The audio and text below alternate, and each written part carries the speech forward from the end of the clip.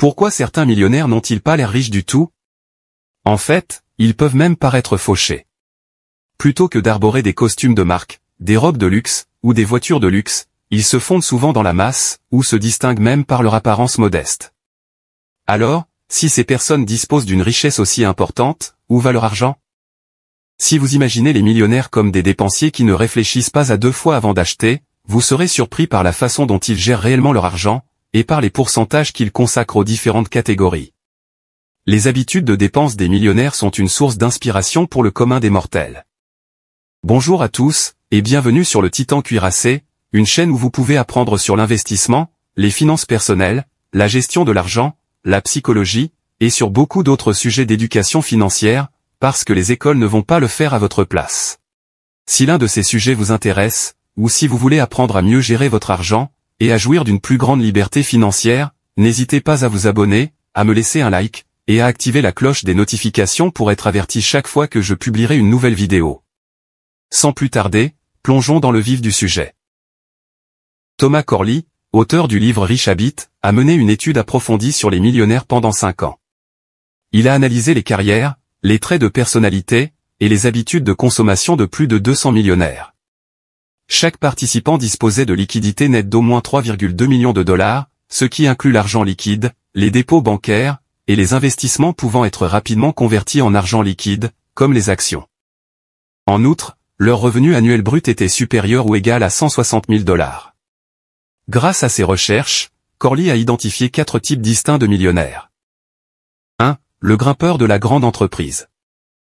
Il s'agit d'une personne employée par une grande entreprise qui consacre son temps et ses efforts à gravir les échelons, jusqu'à ce qu'elle obtienne un poste de direction assorti d'un salaire important. 2. Le virtuose. Ces personnes excellent dans leur domaine et gagnent un salaire de haut niveau pour leurs compétences et leur expertise spécialisée. Ils sont souvent titulaires de diplômes supérieurs, généralement dans des domaines tels que le droit ou la médecine, qui sont essentiels à leur réussite. 3. L'entrepreneur rêveur. Les rêveurs sont des personnes qui poursuivent leur passion, que ce soit en lançant leur propre entreprise ou en poursuivant une carrière d'artiste, d'auteur, ou d'interprète. Ils aiment leur travail, et leur dévouement est souvent financièrement gratifiant. Contrairement aux salariés, les entrepreneurs n'ont pas de plafond de rémunération, ce qui les rend uniques. 4. L'investisseur épargnant. Ce groupe se concentre sur l'épargne et l'investissement, indépendamment du niveau de revenu, du type d'emploi, ou de l'éducation formelle. Ils donnent la priorité à la constitution d'un patrimoine en prenant des décisions financières intelligentes et réfléchies. Pour la plupart des gens, la catégorie des investisseurs épargnants est la plus facile à comprendre. Ces millionnaires démontrent qu'il est possible d'atteindre le statut de millionnaire, quelle que soit sa profession. Alors que beaucoup imaginent les millionnaires comme des cadres d'entreprise ou des entrepreneurs visionnaires qui ont créé des entreprises révolutionnaires, la vérité est que la plupart des millionnaires sont simplement des investisseurs épargnants disciplinés. Cette catégorie est le point d'entrée le plus facile pour les aspirants millionnaires. Elle n'exige pas une intelligence exceptionnelle, des diplômes de haut niveau, ou des heures de travail épuisantes. Les épargnants se concentrent sur des investissements éprouvés, à faible risque, et à croissance régulière, plutôt que sur des projets à haut risque. Devenir millionnaire en tant qu'investisseur épargnant n'exige aucune condition préalable. Tout le monde peut se lancer dans l'aventure, quel que soit son niveau d'éducation, ses antécédents, ou sa situation financière actuelle. En adoptant le bon état d'esprit et les bonnes habitudes, le chemin de la richesse est ouvert à tous. Corley a découvert que pour atteindre le statut de millionnaire en tant que membre du groupe des investisseurs épargnants, il faut s'efforcer de maintenir ses dépenses à un niveau égal ou inférieur à 80% de son salaire net. Il a noté que les investisseurs épargnants économisaient systématiquement au moins 20% de leurs revenus, qu'ils investissaient avec diligence. En adoptant un état d'esprit frugal et en donnant la priorité aux investissements, le chemin pour devenir millionnaire devient simple, et c'est la stratégie la plus couramment utilisée par les personnes interrogées dans le cadre de l'étude. Comment ces épargnants et investisseurs organisent-ils leurs dépenses pour rester économes et éviter les dépenses inutiles? Logement, 25% ou moins du salaire net. Pour la plupart des gens, le logement représente la part la plus importante de leur budget. Cela est souvent dû au fait qu'ils achètent des logements trop chers par rapport à leurs revenus, qu'ils sont confrontés à des loyers inabordables, ou qu'ils évitent de partager des espaces de vie pour réduire les coûts. En conséquence, ils dépensent une grande partie de leur salaire pour se loger. Les millionnaires de la catégorie des investisseurs épargnants adoptent une approche plus contrôlée. Ils limitent leurs dépenses de logement à 25% ou moins de leur salaire mensuel net. Le choix d'une maison ou d'un appartement plus petit permet non seulement de réduire le montant du loyer ou de l'hypothèque, mais aussi de diminuer les charges et autres dépenses connexes. En se contentant d'un espace de vie modeste, ces personnes parviennent à maintenir leurs dépenses à un niveau bas, ce qui leur permet de dégager plus d'argent à épargner et à investir. Ces personnes sont également prêtes à faire des compromis en ce qui concerne l'emplacement. Plutôt que d'insister pour vivre dans un endroit privilégié de la ville, elles comprennent la valeur de la frugalité en matière de logement. Elles reconnaissent que le choix d'un emplacement moins idéal sera finalement payant. En dépensant trop pour le logement, il est pratiquement impossible d'épargner et d'investir efficacement.